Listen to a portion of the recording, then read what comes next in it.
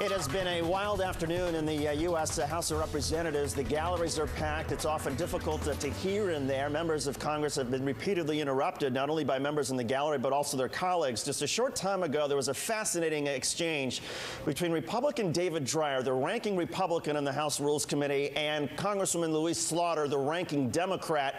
Watch this. Is that the Senate bill, under the rule that has been crafted by the Rules Committee, is the only thing that, if it passes today, we know will become public law. Is that correct? I yield the gentleman an additional 10 seconds.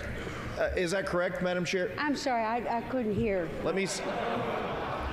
Under the rule that was crafted and reported out by the Rules Committee just before midnight last night, is it not true that the only thing that we are guaranteed to have become public law at the end of this day, if the votes are there, is in fact the Senate bill? Gentleman's time has expired. Well, Mr. Speaker. The gentleman's time has expired. Mr. Speaker, I note that this is And that's pretty brutal to wrap them up by saying your time has expired. All right, yes, this is David Dreyer again and Slaughter, I believe, talking again. Another. Here it is. The gentlelady from New York will suspend. The gentleman from California controls the time.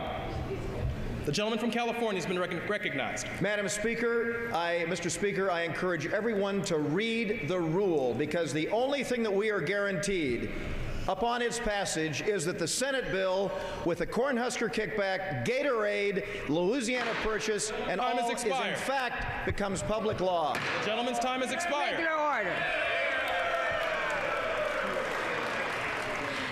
The gentlelady from New York is recognized. Mr. Speaker, I yield myself 1 minute. Yes, the Senate bill will become law today, followed by the reconciliation bill, which contains the amendments to the law, which contains what everybody here wants us to take out. The best way that they can achieve their ends of removing the things that are objectionable from the Senate bill is to support reconciliation. And let's see if you can do it. Mr. Speaker, will the gentlewoman yield? The balance. The gentlelady from New York reserves the balance of her time. The gentleman from California has not been recognized. The gentleman from California. Mr. Speaker, point of parliamentary inquiry.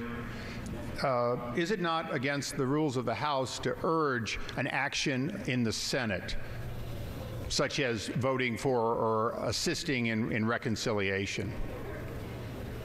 References to the Senate are in order as long as they avoid personality. Avoid what, Mr. Speaker? Avoid personalities. So, Mr. Speaker, further parliamentary inquiry, it is now acceptable to lobby the Senate from the House floor in any and all conduct and questions. Be addressed to the chair, but remarks addressed to the Senate are not necessarily out of order. Thank you, Speaker. I reserve. The gentlelady from New York. Mr. Speaker, I did not address the Senate.